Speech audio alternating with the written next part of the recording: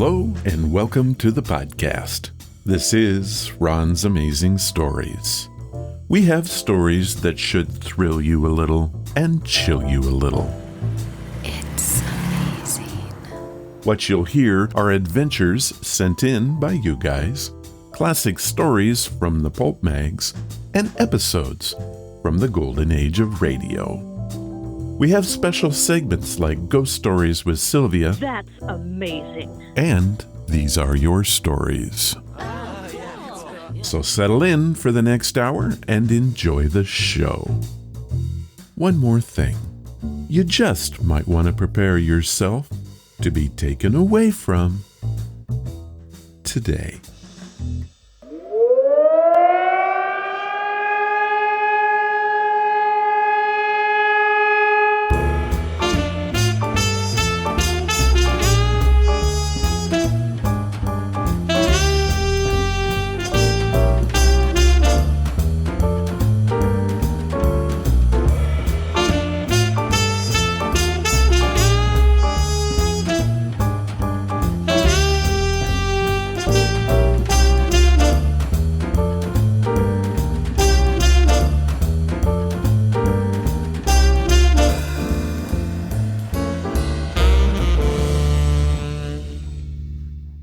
The other day, I thought.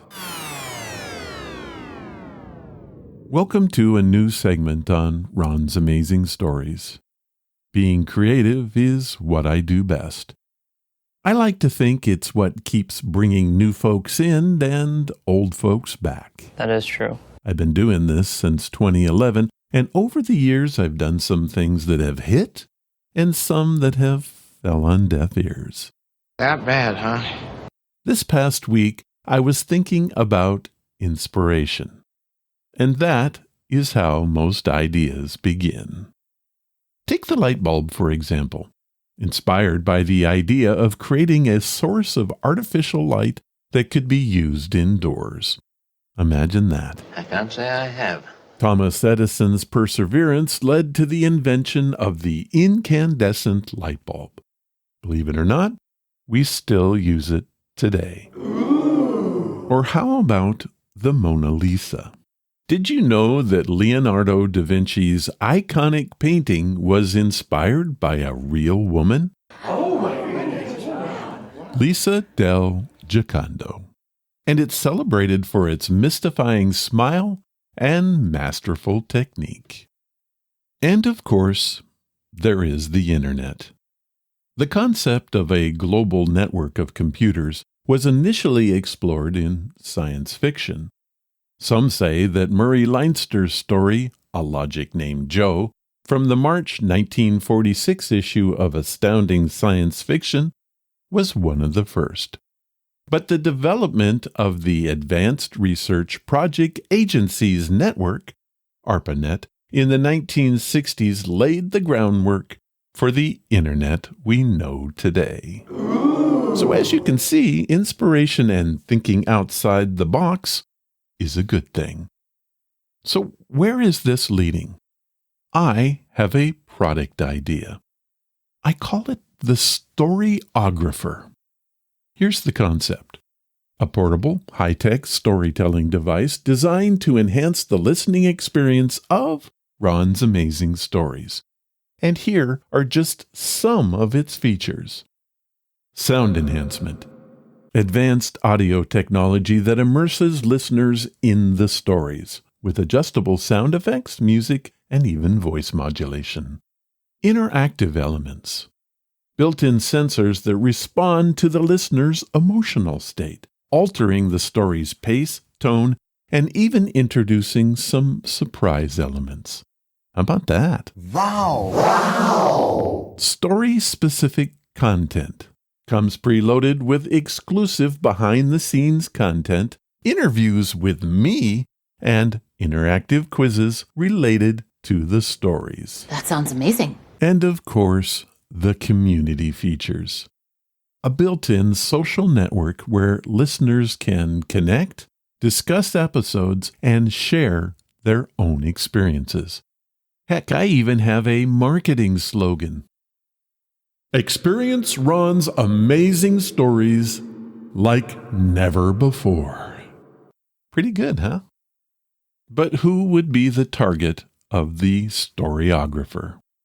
Well, fans of Ron's amazing stories, of course, audio enthusiasts, and those seeking unique listening experiences.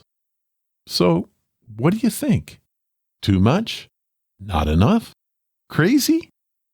Or do I have an idea? Well, that is the first edition of The Other Day I Thought. I hope you found it quite entertaining and maybe inspirational.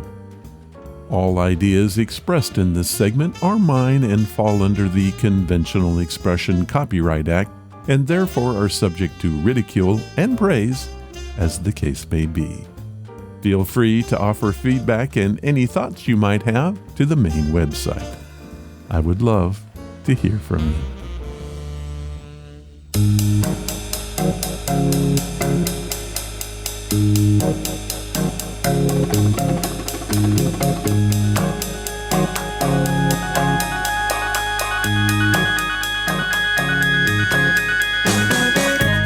Today's podcast is brought to you by Audible. Get a free audiobook and a 30-day free trial at audibletrial.com/Ron's Amazing Stories.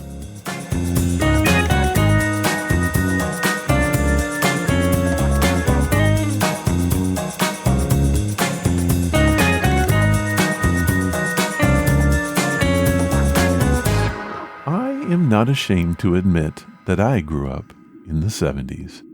It really was a wonderful time, and it seems like, to me, that most of my memories revolve around music, in some way. I come from a musical family. Every one of us was involved in music, except maybe my dad, although he did sing bass in my mom's choirs. I was even in a band in the late 70s called Us. Music was always being played, discussed, and even being performed. Interesting fact, my mom was in the running to be Lawrence Welk's Champagne Lady in the 60s. But she had to turn it down because, well, she was pregnant with me. I often wonder if she blames me for that. One of the artists that I listened to was Stevie Wonder. I mean, who didn't listen to him? The year was 1972, and it saw the beginning of a 5-year span in which Stevie Wonder released 5 groundbreaking, critically acclaimed albums, garnering him more than half a dozen Grammys and more than 10 million albums sold, securing his place as one of the most important American musicians and songwriters in history. So that leads us to our audiobook review. It is called The Wonder of Stevie, and here is a clip from the book. Now, due to copyright laws, I had to remove all the music from the clip. Sorry about that. I'm Wesley Morris. I'm a critic at the New York Times. I write about popular culture and the relationship between the present and the past, and I'm just going to say it. I love Stevie Wonder. We all love Stevie Wonder, but depending on when this guy came into your life, you may not know just how justified your love for this man truly is. Because when he was just 21 years old, he started what grew into one of the greatest streaks in popular music ever. 5 albums in less than 5 years. And they call those years Stevie Wonder's classic period. I'm not exaggerating when I say this classic period shaped lives. These albums are your favorites. And I saw that when we're talking to people about Stevie, you hear this different side to folks that you thought you knew. People like Barack Obama. I loved Superstition, but I think it was songs like Tuesday Heartbreak, down, down, down, down, down, down. Janelle Monáe. I was just like, this is not Stevie Wonder, as I know Stevie Wonder. Smokey Robinson. One of the greatest things that ever happened was Stevie Wonder getting a chance to start doing his own music. Yolanda Adams. He was always talking about a higher dimension of your existence. Dionne Warwick. He can't do what Stevie does. Of course he's going to reject it. Michelle Obama. As long as I was at my grandfather's house and I had control over the turntables, I was listening to Stevie. Babyface. The way he used those senses talking directly to my emotions. Questlove. That album taught me to fantasize, how to vision a future. That album taught me to dream. We're going to explore the music, of course, that's understood, but we're also going to delight and reflect on the man, his talent, and the world that made this classic period possible. And we're going to talk about how this man, Stevie Wonder, one of the greatest musicians ever to walk this planet, a man who sold so many millions of albums and won a mountain of Grammys and is practically a member of so many Black families. I want to talk about whether this artist has gotten his full due. From Pineapple Street Studios, Higher Ground Audio, and Audible, this is The Wonder of Stevie. For the first time, uncover the untold story of an extraordinary artistic journey that shaped the greatest creative era in popular music history. It features in-depth musical and cultural analysis from legendary artists, critics, and industry leaders.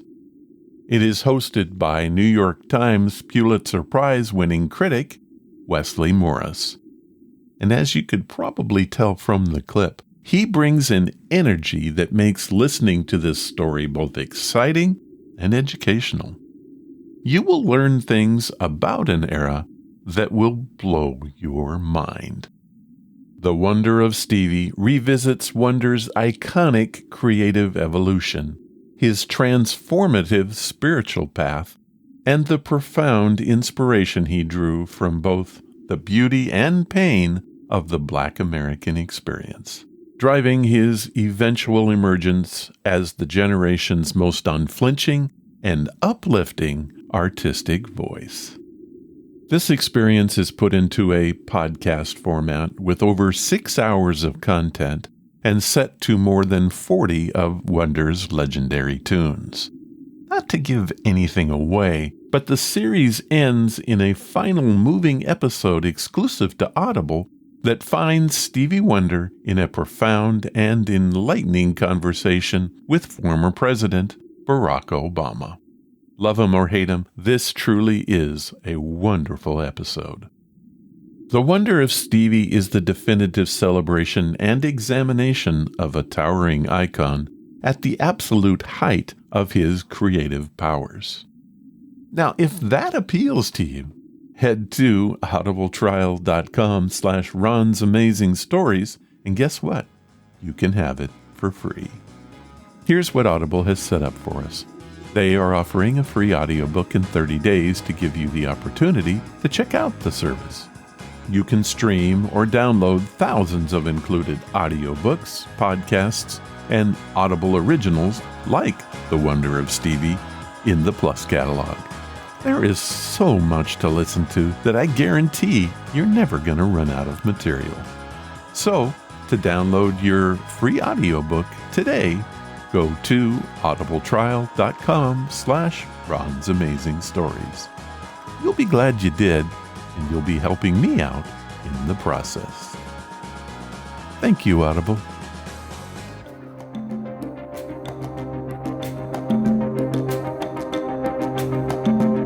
These are your stories, sent by you, for you.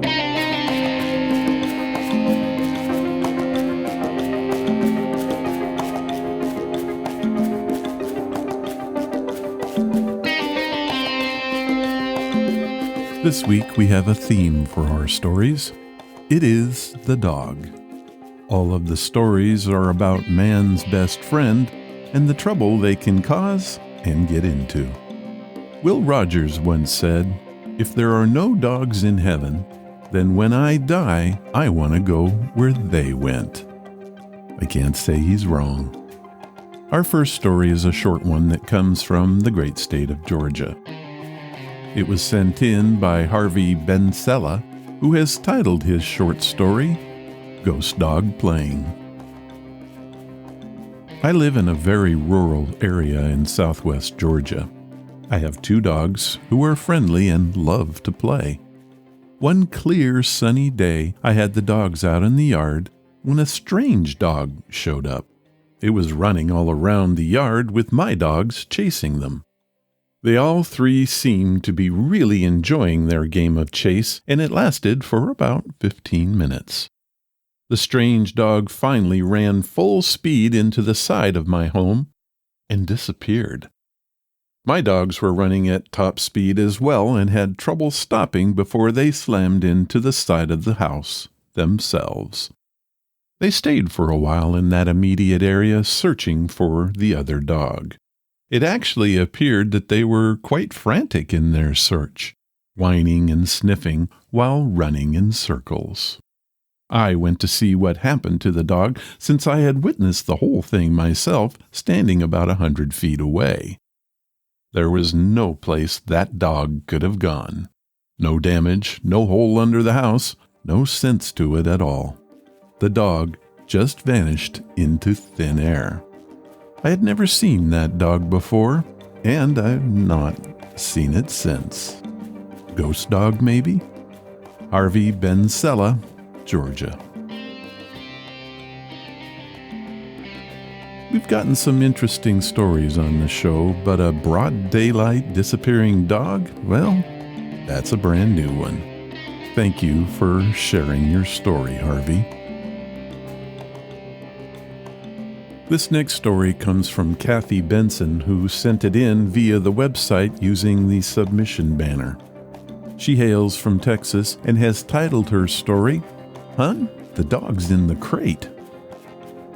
This one's always a fun one to tell. My husband doesn't believe in the paranormal and thinks it's a bunch of nonsense. We were still early in our relationship and living together for a couple years. He had bought this old house in a suburb near Dallas. I would often see shadows move in the corner of my eye, and I began having a sense that our energy was not the only one there.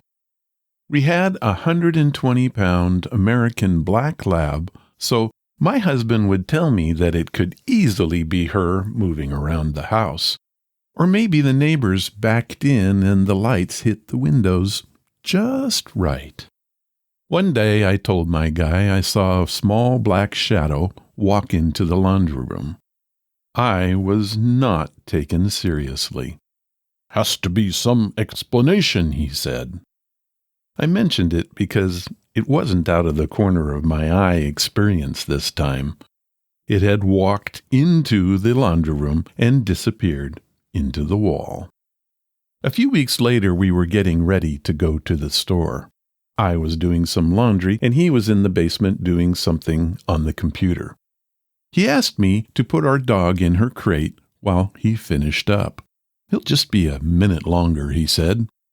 The crate was to the right of where my guy was sitting.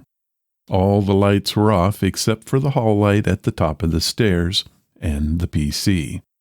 I'm standing at the end of the stairs facing my guy, and he's looking at the computer. That is when this black shadow dog walks in from the laundry room, turns around a bit, and then walks back. My guy says, "I thought you put her in her crate." I had put her in the crate a few minutes earlier, but I said, "Nah, I thought you were going to do it." My guy calls the dog, but I'm looking at our dog in her crate.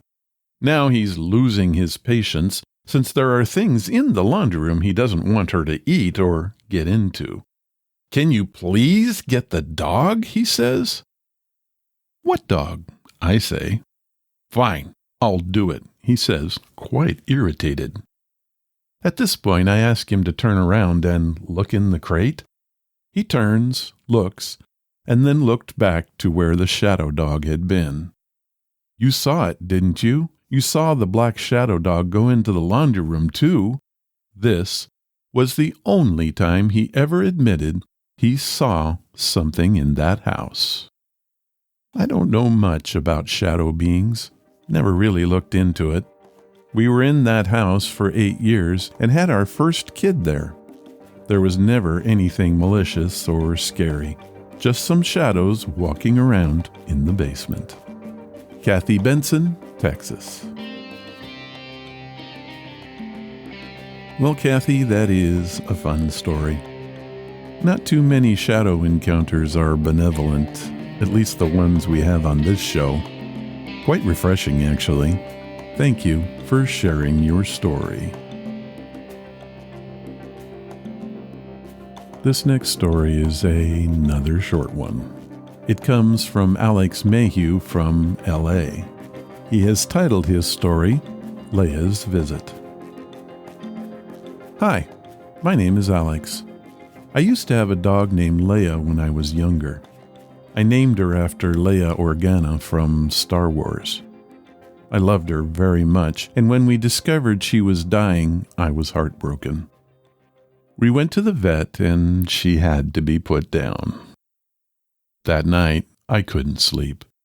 I heard my dog walking across my hallway. Let me explain. My dog had long nails and would resist if we had tried to cut them. So we just let her be. Every time she would walk across the hallway, it had this specific sound, and I knew it when I heard it. At around 2 a.m., I woke up to the sound of my dog walking back and forth across the hallway. After 2 minutes or so, it stopped. I was terrified. I got up and looked into the hallway. Nothing there. However, I know I heard that sound, and in the morning I was not the only one that had heard it. We all agreed that Leia had come home for one more visit. Alex Mayhew, Los Angeles, California.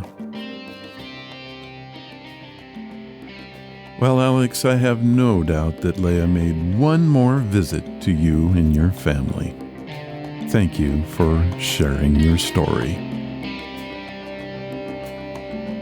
Our last story comes from Crystal Sharp, who lives in Vancouver, Washington, my hometown. Crystal is a friend of a friend, and my friend not only saw this happen, but was part of the story titled Garbage Can Puppy. The other day, my family decided to go for a walk in the park. My dad wanted to bring a frisbee, so he tied our dog to the garbage can while he went to grab it. Well, she wanted to go with him, so she started walking after him. Turns out, the can was empty. Not full like my dad thought, and it tipped over and scared the crap out of her. In her frightened state, she proceeded to run down the driveway and into the street while dragging this empty trash can behind her. My dad went chasing after, but she couldn't hear him calling over the sounds of that trash can being banged around.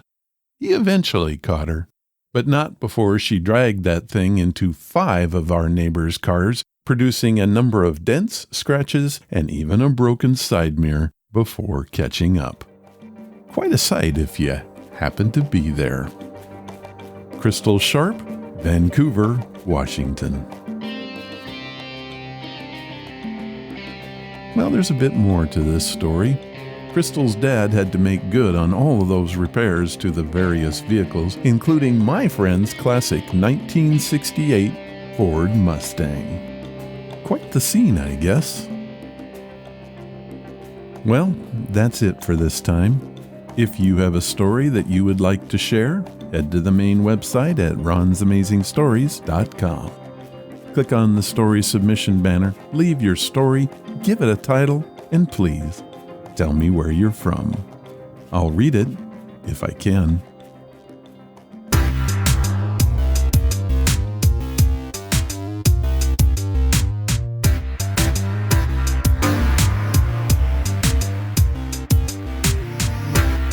NBC brought James Stewart to the microphone on September 20th, 1953.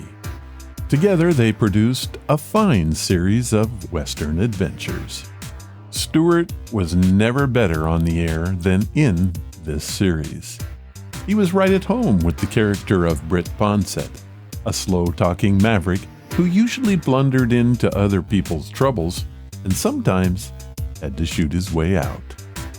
The six-shooter truly was one of the bright spots of the golden age of radio. Unfortunately, it came too late and only lasted one season. Our featured story comes from the six-shooter and is one of the better episodes. It has Gunsmoke-like action, some humor, and even a good moral. Brit finds himself in a love triangle and winds up catching an escaped criminal. It is titled Escape from Smoke Falls, and it first aired on November 15th, 1953.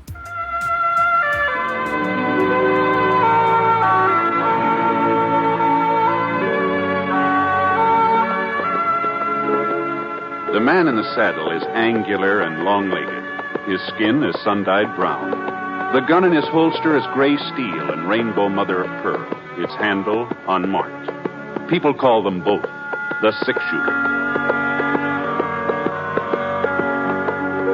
The NBC Radio Network presents James Stewart as the six-shooter, a transcribed series of radio dramas based on the life of Brit Ponsett, the Texas plainsman who wandered through the Western Territories, leaving behind a trail of still-remembered legends. Now, in just a moment, immediately following this important announcement, you'll hear Act One of The Six-Shooter. A Christmas gift with a future. That's how everyone feels about a gift of United States savings bonds. Because when those bonds mature, they pay back $4 for every $3 invested. What's more, they can be held as long as 10 years beyond maturity and earn even further interest. Give a gift of United States savings bonds. Now, Act One of The Six-Shooter, starring James Stewart.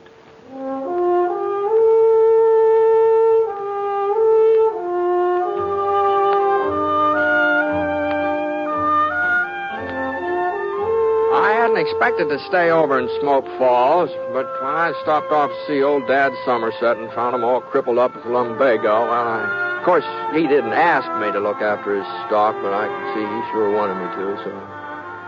Well, a couple of weeks later, he began feeling better, so I started thinking about moving on. It was nearly 5 o'clock in the afternoon that day. The sun just spilled over the top of Eagle Mountain when the buckboard pulled into the yard. Mr. Ponsett?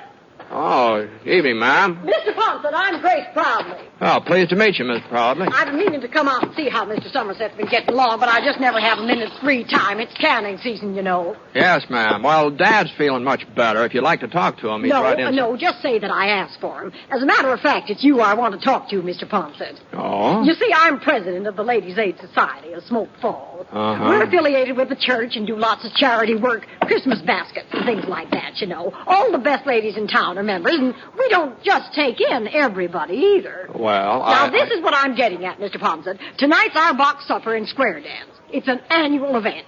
Mr. Simpling always loans us his barn for the occasion. I've spent the whole afternoon helping with the decorations. Now, Polly Sullivan, that's Wade Sullivan's wife, she's chairman of the decorating committee, but since I'm president, I felt it was my duty to give her a hand. That's what made me so late coming out here to ask you. To ask me?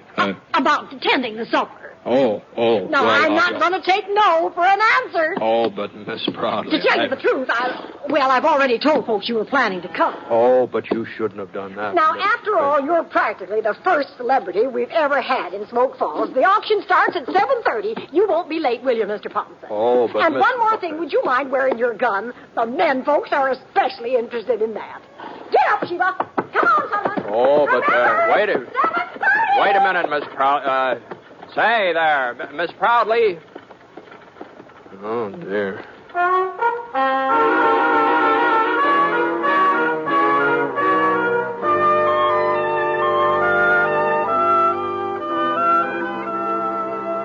Well, after I gave Dad his supper, I washed my face and wet down my hair and started off for old man Simpling's barn. When I got there, Miss Proudly met me at the door and introduced me around. The only name that sank in was her daughter, Ellen. Pretty girl. I figured that when the box supper sheet pack was put up for sale, the bidding would be mighty serious. All right, everybody, we're ready to begin the auction. We don't want the music now, Wilbur. Wilbur! Now, just gather around the table here so you can get a good look at what you're buying. But remember, you can't judge a book by its cover.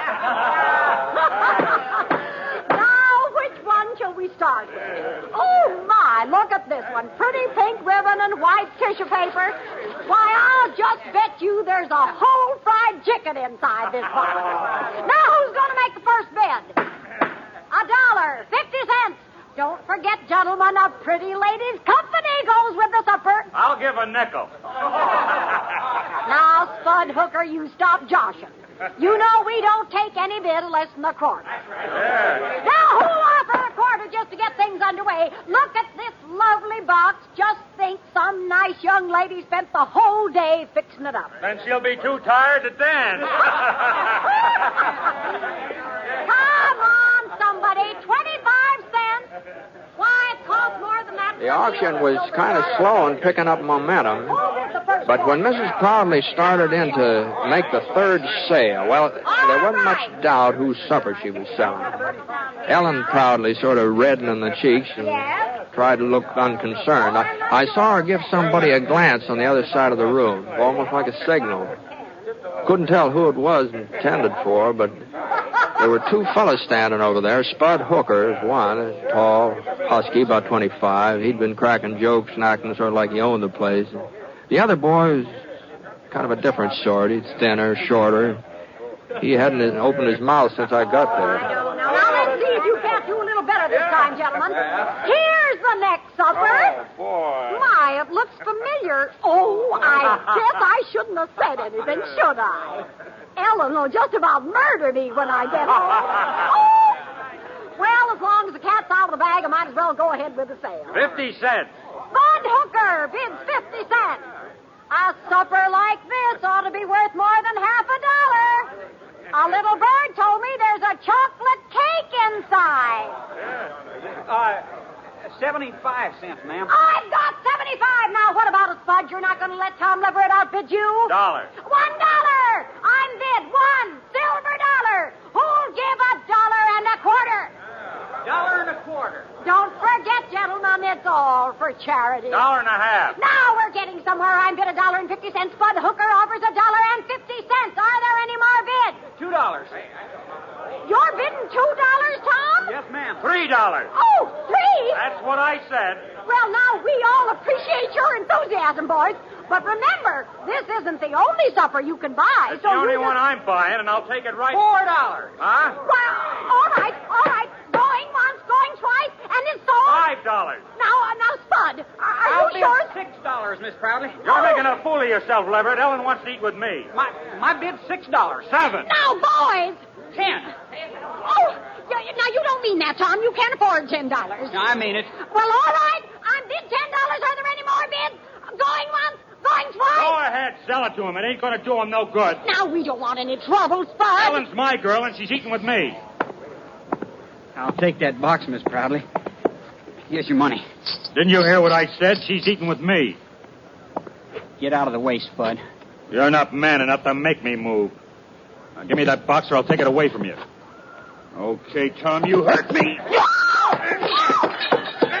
Hold on there. Now, just a minute here. Now, hold on. It don't concern you, Ponset. No, maybe it doesn't. Maybe it doesn't concern me. It just seems to me that there ought to be a better place for settling things, that's all.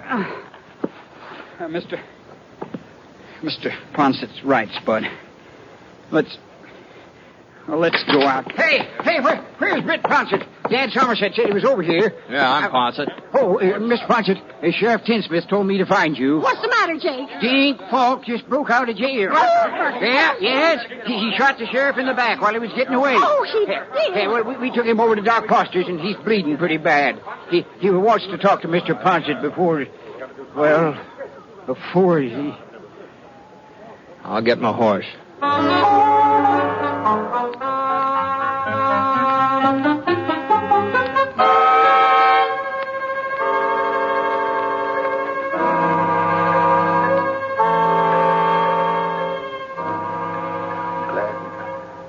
Glad you got here, Brit, before... Now, what are you talking about, Ray? You're going to be all right. The doc says you'll be back on your feet again inside of a week or so.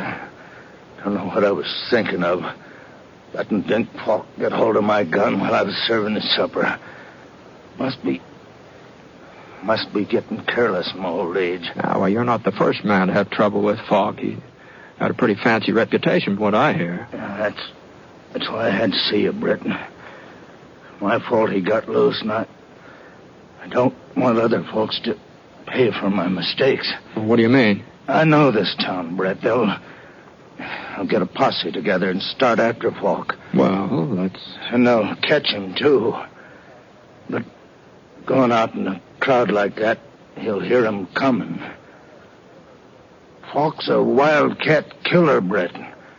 When he's cornered, he won't give up. Pick off 3 or 4 of the posse before they can close in. Well, not if they're careful. That's the trouble, though. Fellas here ain't cautious. They're bullheaded, but you'd know how to take him, Brett. No, I ain't saying it's your duty. You don't even live in Smoke Falls, but you could capture Falk without him having a chance to... No, I'm afraid you're giving me too much credit, Ray. If you want somebody to go along, any of the boys... Sure, I know that, I'd be mighty grateful, Brett. The folks here have been good to me.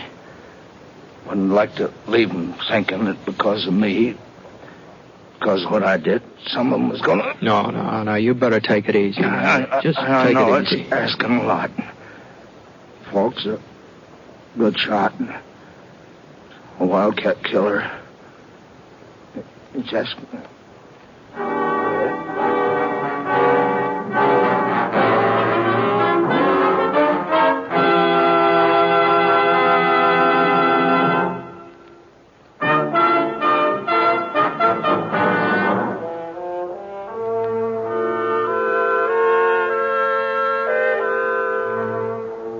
Sheriff Tinsmith had been right about the town foreman of posse. They hadn't lost any time.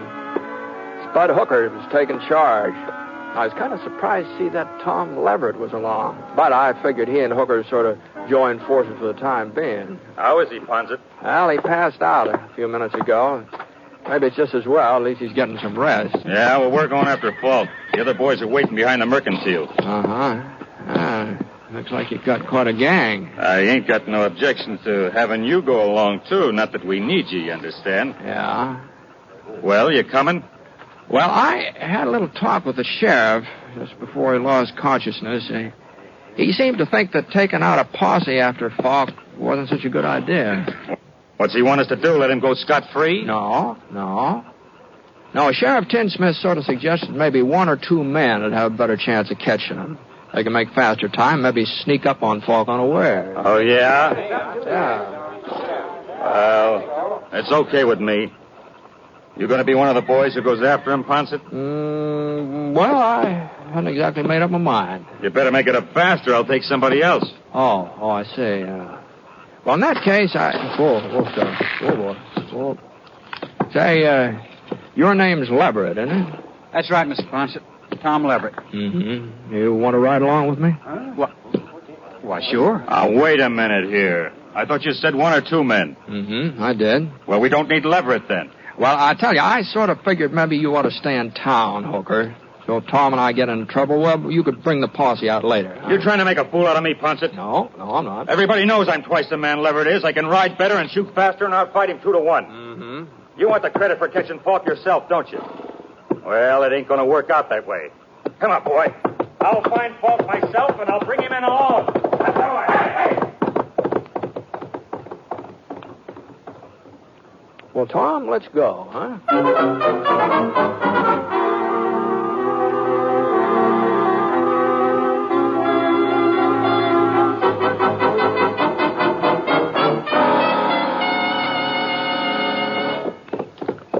Falk's trail headed west up toward Eagle Mountain. And the moon was out, sort of a half moon, but it gave us enough light so we could follow the hoof prints Falk's horse had left. Along about midnight, we spotted another trail, fresher. It couldn't have been more than a couple minutes old. It cut in from one side and then went on ahead in the same direction Falk was riding. You see that, Tom? Yeah. Looks like Spud Hooker took a shortcut. Yeah. You reckon he'll beat us to him? Oh, you never know. Never know. If he does, he might save us some grief, wouldn't he, huh? You're not anxious to tangle with Falk, are you, Mr. Ponset? No, I'm not anxious to tangle with anybody, Tom.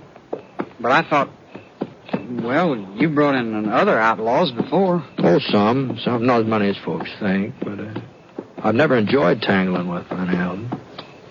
Why'd you pick me? Spud's right. He is twice the man I am. That shooting, maybe. Yeah. But there's more to trailing a killer than being able to shoot. You know, lots of times it's more important for a man to know when not to shoot, you know. Huh? Yeah.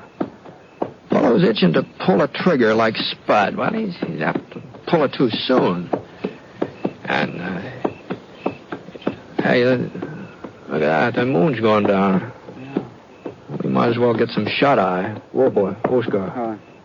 You couldn't see the trail anyway. Spud won't be stopping for sleep. No, don't suppose he will. That's another reason I picked you. I kind of figured he'd want to keep pushing on all night. Doggone it, guy, along about this time, I just get tired.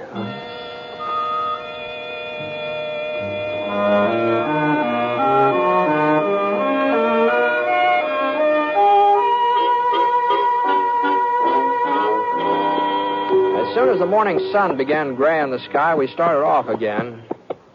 Falk's trail was winding up the side of Eagle Mountain now. It was a pretty hard ride. Tom didn't complain, even though I could see he wasn't used to it. Every once in a while, he almost slid out of his saddle, but somehow he managed to hang on. About noon, we reached Little Creek, and Falk's trail gave out.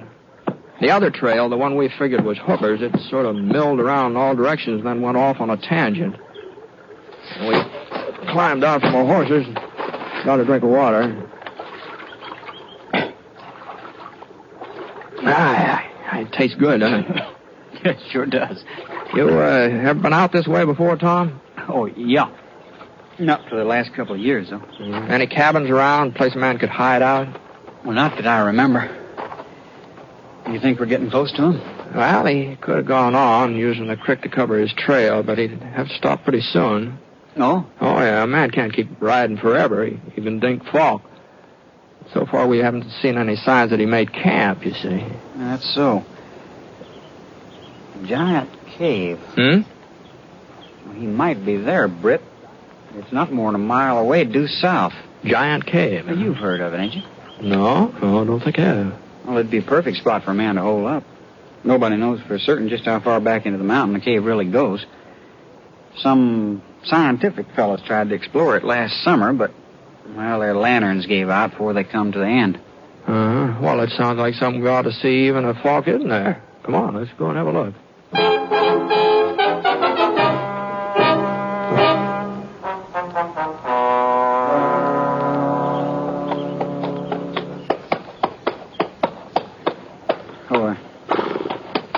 That's the entrance there, Brit.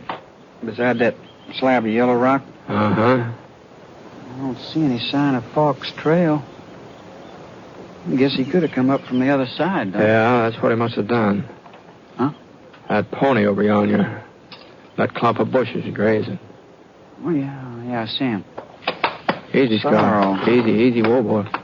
You know, Jake Watson said Falk stole a sorrel when he made his getaway. Mm-hmm. Now, we'd better close in on foot.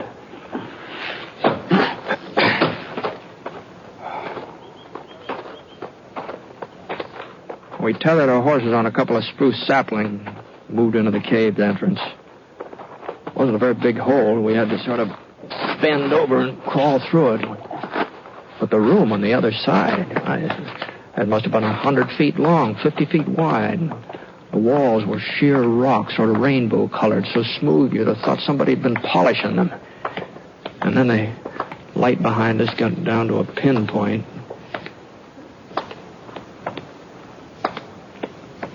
He wouldn't be hiding here in the dark, would he, Brit? Maybe. He heard us coming.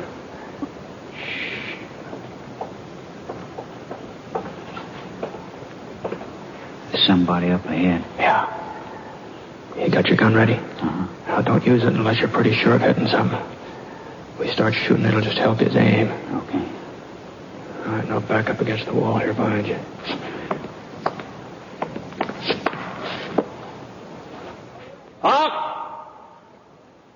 know you're in here, Falk. You go any further, you'll get lost. You'll never find your way out. Hey, you hear me, Falk? You're wasting lead. You can't see us. We know that. You can't see me neither. We don't have to. You've got to come out sooner or later, and we'll be waiting. All right, we're going to leave you now, Falk. We're going outside and wait. Hey, where you are? You giving up? No, I ain't. And I ain't alone. What? I got somebody with me. Friend of yours, I reckon. We're coming out together. And if you try to stop me, I'll kill him. What's he talking about? He ain't lying, Brit. It's me, Spud Hooker. Spud? I caught up with him last night, but he got the draw on me. Hold your fire, Brit. He means what he says. He'll kill me if you don't hold your fire. You've got to do what he told you, Brit. You got to. All right, Falk, come on. Start backing up towards the entrance. I don't hear you moving. Brit, please. All right, let's go, Tom.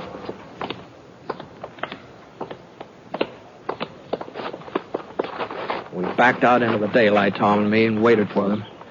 About a minute later, Spud Hooker marched through the mouth of the cave, half scared to death.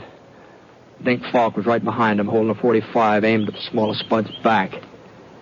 I was pretty sure he wouldn't hesitate to pull the trigger either. Sheriff Tinsmith was right. He's just a wildcat killer. He had that stampede look in his eyes as he stood there blinking against the sun. Same kind of a look you see in a steer when the herd's shoving him along. You can't stop or be trampled to death. Hang off your guns. Both of you. Take them off, or I'll fix your friend here. Falk gave Spud a shove with his gun, and he jumped forward. There was an opening now between him and Falk. The next thing I knew, Tom dived forward. Get out, Spud! Tom tackled Spud, and he rolled over. The bullet missed him, but Tom was in range, and he took it. Falk aimed to fire again, and I managed to get my gun out. Bullet hit his thigh and spun him around. Then his leg buckled, and he fell face down. He hadn't let go of the pistol yet. He started to bring it up. Drop it, Falk! For a second, his finger went right on squeezing the trigger, but no, he just didn't have the strength. Tom? Tom, you all right? Sure. Yeah, it's hardly bleeding. I should have let Falk alone. I should have let you handle him, Brit. Well, I don't know. Looks to me like Tom did most of the handling around here. I mean, if it hadn't been for him, you know, I guess I had you figured wrong, Tom. I never thought you'd be the one to save me, but... I wasn't saving you, Spud. Huh? I don't like you. I never did. And nothing's going to change that. Then why? I like Ellen. I like her a lot, but... well, she's in love with you. If you got yourself killed, it would just hurt her and wouldn't do me no good. Ellen, tell you she's in love with me? She didn't have to. When she finds out what happened today... she ain't going to find out. I'm going to tell her. I'm going to tell her myself. I don't want her to know. It's for me to decide. Now listen here, Spud Hooker. You do the listening for a change. No, I thought you I taught you a lesson last night, but it looks like... Now, hold on now. Now, I think we ought to get Tom to a doctor, don't you? If we don't, Ellen won't have no way of choosing him even if she wanted to. Now, come on, Spud. Come on, give me a hand.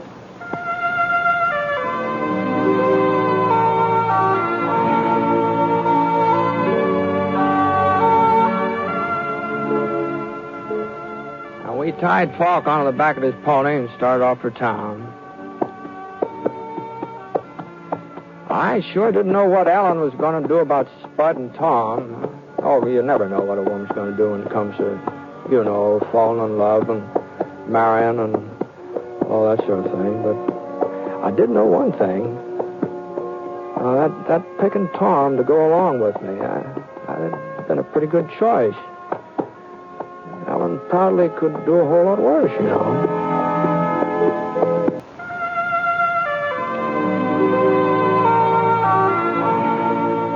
The Six Shooter is an NBC Radio Network production in association with Review Productions. It is based on a character created by Frank Burt, and the transcribed story is written by him. Mr. Stewart may currently be seen in the Universal International picture Thunder Bay. Others in the cast were Jeanette Nolan, Frank Gerstle, Robert Griffin, Forrest Lewis, and Sam Edwards. Special music for this program was by Basil Adler, and the entire production is under the direction of Jack Johnstone. All characters and incidents were fictitious, and any resemblance to actual characters or incidents is purely coincidental. And incidentally, a great many of our friends have written in to thank us for putting the six-shooter on the air. And a surprising number of letters have requested the name of the theme you are listening to right now and where it might be obtained. Well, we're sorry, but it is music that has been recorded exclusively for broadcast and is therefore not available for home use. But we are grateful nonetheless to all of you who have written. Your kind letters are always welcome. This is Hal Gibley speaking.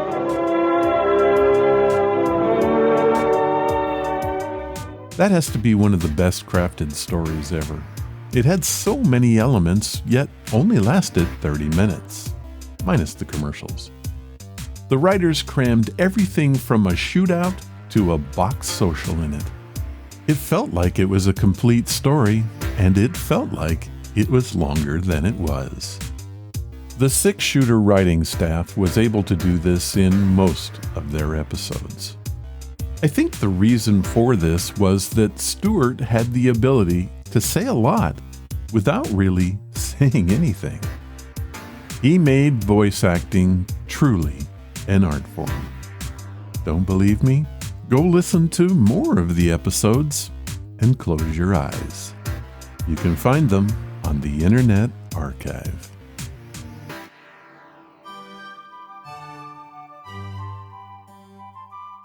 As read by amazing stories, read by amazing people. This time on As Read By, we have The Smiler, written by Albert Herrnhuter. This story was first published in If, Worlds of Science Fiction, in the July issue, 1952. It is read for us by Caveat. Your name? Cole. Martin Cole. Your profession? A very important one. I'm a literary agent specializing in science fiction.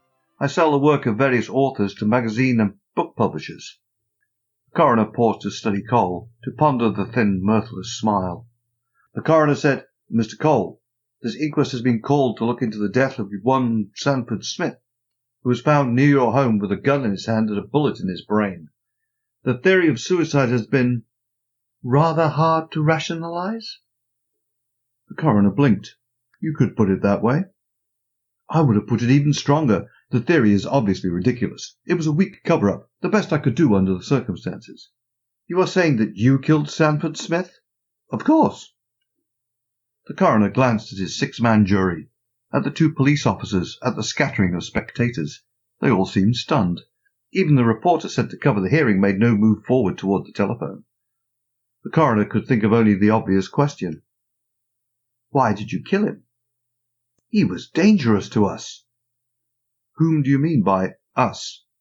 We Martians, who plan to take over your world. The coroner was disappointed. A lunatic, but a lunatic can't murder. Best to proceed, the coroner thought. I was not aware that we have Martians to contend with. If I'd had the right weapon to use on Smith, you wouldn't be aware of it now. We still exercise caution. The coroner felt a certain pity. Why did you kill Smith? We Martians have found science fiction writers to be our greatest danger. Through the medium of imaginative fiction, such writers have more than once revealed our plans, if the public suddenly realized that. The coroner broke in. You killed Smith because he revealed something in his writings? Yes, he refused to take my word that it was unsaleable. He threatened to submit it direct. It was vital material. But there are many other such writers you can't control. We control 90% of the output. We have concentrated on the field and all the science fiction agencies are in our hands. This control was imperative. I see, the coroner spoke in the gentle tones one uses with the insane. Any writing dangerous to your cause is deleted or changed by the agents. Not exactly. The agent usually persuades the writer to make any such changes, as the agent is considered an authority on what will or will not sell. The writers always agree? Not always. If stubbornness is encountered, the agent merely shelves the manuscripts and tells the writer it has been repeatedly rejected. The coroner glanced at the two policemen. Both were obviously puzzled. They returned the coroner's look, apparently ready to move on his order. The thin, mirthless smile was still on Cole's lips. Maniacal violence could lie just behind it. Possibly Cole was armed. Better to play for time. Tried to quiet the madness within. The coroner continued speaking. You Martians have infiltrated other fields also? Oh, yes. We are in the government, industry, education. We are everywhere. We have, of course, concentrated mainly upon the ranks of labour and in the masses of ordinary, everyday people. It is from these sources that we will draw our shock troops when the time comes. That time will be soon. Very soon. The coroner could not forbear a smile. You find the science fiction writers more dangerous than the true scientists? Oh, yes. The scientific mind tends to reject anything science disproves. There was now a mocking edge to Cole's voice. Science can easily prove we do not exist. But the science fiction writer? The danger from the imaginative mind cannot be overestimated. The coroner knew he must soon order the officers to lay hands upon this madman. He regretted his own lack of experience with such situations. He tried to put a soothing, confidential note into his voice. You said a moment ago that you'd had the right kind of weapon to use on Smith. Cole reached into his pocket and brought out what appeared to be a fountain pen. This. It killed instantly and leaves no mark whatever. Heart failure is invariably stated as the cause of death. The coroner felt better. Obviously Cole was not armed. As the coroner raised a hand to signal the officers, Cole said, You understand, of course, that I can't let you live. Take this man into custody. The police officers did not move. The coroner turned on them sharply. They were smiling. Cole pointed the fountain pen. The coroner felt a sharp chill on his flesh. He looked at the jury, at the newspaper man, the spectators. They were all smiling, cold, thin, terrible smiles.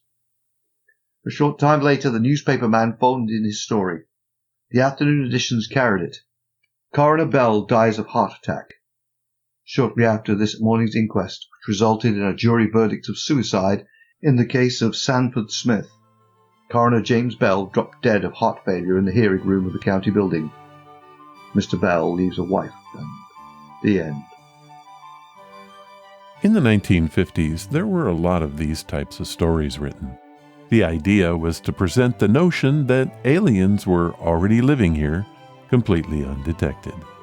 I've always said that there's at least a little truth in every story. Food for thought? I'll let you decide.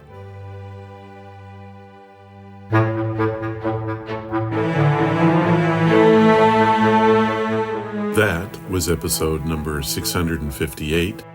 I want to thank Harvey Ben Selica, Kathy Benson, Alex Mayhew, and Crystal Sharp, who were my storytellers today.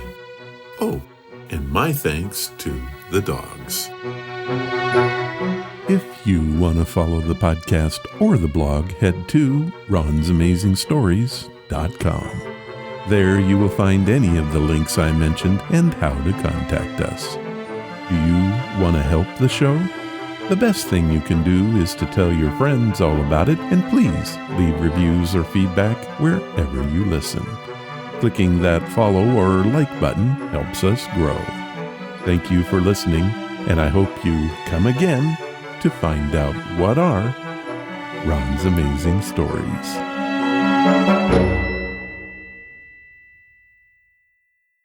All of the vintage audio used in the podcast is believed to be in the public domain. Ron's Amazing Stories does not own the rights to any of the old-time radio used here. If you hold the rights to any of the shows played, please contact us immediately at ronsamazingstories.com.